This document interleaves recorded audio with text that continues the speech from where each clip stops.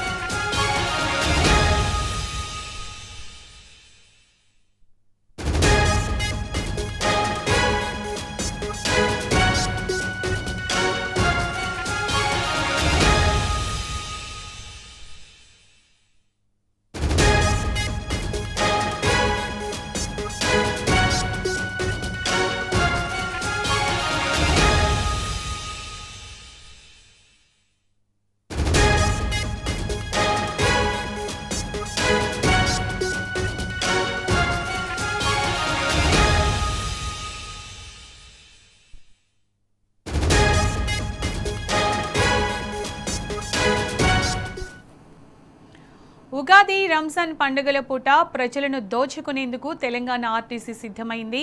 19న ఉగాది, 21న రంజాన్ పండుగలు ఉన్నందున ప్రయాణికుల నుంచి 50% అధిక ఛార్జీలు వసూలు చేస్తోంది.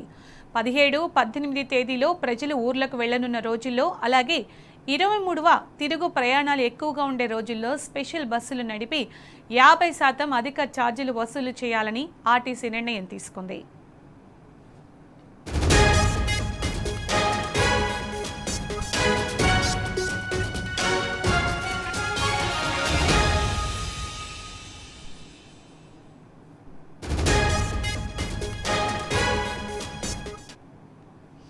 ఇక ఇదే అంశానికి సంబంధించి పూర్తి సమాచారం మా ప్రతినిధి కిరణ్ ద్వారా తెలుసుకుందాం. కిరణ్, ఉగాది, రంజాన్ పండుగల సందర్భంగా తెలంగాణ ఆర్టీసీ ప్రజల్ని దోచుకోవడానికి సిద్ధమైనట్టు తెలుస్తోంది. పండుగల నేపథ్యంలో స్పెషల్ బస్సులు నడిపి 50% అధిక ఛార్జీలు వసూలు చేయాలని డిసైడ్ అయినట్టు తెలుస్తోంది కదా, అప్డేట్స్ ఏంటి కిరణ్? సునీత, ఏదైతే పండుగలు ఏదైనా ఆర్టీసీ బాధుడు మాత్రం తప్పట్లేదు. ప్రధానంగా ఉగాది పండుగతో పాటు రంజాన్ పండుగకు ప్రత్యేక బస్సులను ఏర్పాటు చేస్తున్నాము, ప్రయాణికులకు రద్దీని దృష్ట్యా ఎక్కువ బస్సులు నడుపుతామని కూడా చెప్పింది. అయితే ఇందులో భాగంగానే 50% అదనంగా ఛార్జీలను వసూలు చేసేందుకు అయితే ఆర్టీసీ సన్నద్ధమవుతుంది. ఇప్పటికే తీవ్ర నష్టాల్లో ఉన్నటువంటి ఆర్టీసీకి సంబంధించినటువంటి అంశంలో ఉన్నటువంటి ఛార్జీకి మరొక 50% అదనంగా ఛార్జీలను కూడా వసూలు చేసేటువంటి అవకాశం ఉన్నట్టుగా గతంలో ఉన్నటువంటి జీవోలను, సవరణలను ఇప్పుడు తీసుకొచ్చి పూర్తిగా వాటిని వసూలు చేసినటువంటి సందర్భం మనకు కనిపిస్తుంది. ముఖ్యంగా ఆర్టీసీ ఇప్పటికే తీవ్ర నష్టాల్లో కొనసాగుతుంది.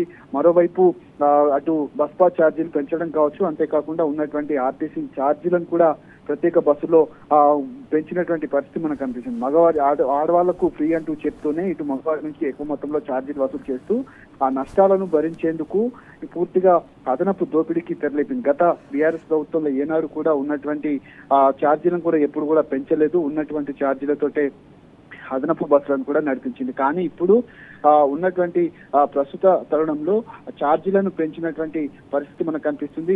ఇప్పుడు జరగబోయేటువంటి ఉగాది పండుగతో పాటు రంజాన్ పండుగ రేపటి నుంచి రద్దీ కూడా కొనసాగుతున్నటువంటి నేపథ్యంలో ఆ ఛార్జీలను పెంచేటువంటి అవకాశం అయితే కనిపిస్తుంది. 1.5 రేట్లు అంటే దాదాపు 100 రూపాయలు ఉన్నటువంటి టికెట్ ను అందులో సగం ఏదైతే ఉంటుందో 50 రూపాయలు, మొత్తంగా 150 రూపాయలు వసూలు చేసి ఇట్లా ఆ ఛార్జీలను కూడా వసూలు చేసేటువంటి అవకాశం అయితే కనిపిస్తుంది. ఒకవేళ కనుక 500 రూపాయలు ఉన్నటువంటి టికెట్ ను లాంగ్ జర్నీ వెళ్లేటువంటి వాళ్లకు మరొక 250 రూపాయలు అదనంగా ఉంటుంది. అంటే 750 రూపాయల టికెట్ ను వసూలు చేసేటువంటి అవకాశం అయితే మనకు కనిపిస్తుంది. 1.5 రెట్లు పెంచేందుకు ఇటు ఆర్టీసీ సన్నద్ధం అవుతున్నటువంటి నేపథ్యంలో ప్రస్తుతం ఉన్నటువంటి సిచ్యువేషన్ లో ప్రయాణికులు కూడా దీనిపైన మండిపడుతున్నటువంటి సందర్భాలు అయితే మనకు కనిపిస్తా ఉన్నాయి. ఆర్టీసీ దోపిడీకి మాత్రం అంతు చిక్కడం లేదు. రాష్ట్ర ప్రభుత్వం తీసుకున్నటువంటి నిర్ణయాల పట్ల ప్రయాణికులు కూడా తీవ్ర ఆగ్రహం అయితే వ్యక్తం చేస్తా ఉన్నారు సునీత.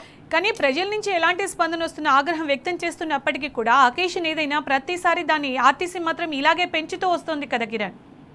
ఖచ్చితంగా ప్రతి సంవత్సరం ఇదే పరిస్థితి కొనసాగుతుంది. ప్రతి పండుగ కూడా ఇదే, సంవత్సరం కూడా కాకుండా పూర్తిగా ప్రతి పండుగకు ఇదే తరుణంలో వెళ్తున్నటువంటి నేపథ్యంలో అసలు ఫ్రీ బస్సు స్కీమ్ నే తీసివేయాలంటూ కూడా ప్రజల నుంచి పెద్ద ఎత్తున రెస్పాన్స్ అనేది వస్తుంది. కానీ ఉన్నటువంటి టికెట్ రేట్లు ఏవైతే ఉన్నాయో వాటి అనవసరంగా టికెట్ రేట్లను పెంచుతూ తమ వైపు నుంచి అదనపు ఛార్జీలు వసూలు చేయడం పట్ల ఏదైనా ఆర్టీసీ బస్సు ప్రయాణికులకు అందుబాటులో ఉంటుంది, సామాన్యులకు అందుబాటులో ఉన్నటువంటి ప్రయాణ సాధనం కావడంతో ఇలాంటి పరిస్థితుల నేపథ్యంలో అదనంగా ఛార్జీలు వసూలు ఎందుకు చేస్తున్నారు, అదనపు బస్సులు పెట్టండి కానీ ఛార్జీలు వసూలు చేయకండి, కాకపోతే మహాలక్ష్మి స్కీమ్ తీసేసి మహిళల నుంచి కూడా టికెట్ ఛార్జీలు వసూలు చేసుకున్నట్టు కూడా గతంలో నుంచి పెద్ద ఎత్తున ఆరోపణలు అయితే వినిపించాయి. కానీ ఆర్టీసీకి సంబంధించినటువంటి అంశంలో కూడా ఆర్టీసీ యాజమాన్యం ప్రభుత్వం ఆదేశాల మేరకే ఉన్నటువంటి నష్టాలను పూడ్చుకునేందుకు ఇలాంటి ప్రయత్నాలు చేస్తుందన్నట్టుగా మనకైతే అర్థమవుతుంది. ప్రయాణికుల నుంచి కూడా పెద్ద ఎత్తున రెస్పాన్స్ అయితే వస్తున్నటువంటి పరిస్థితులు మనకు కనిపిస్తున్నాయి. Right Kiran, thank you.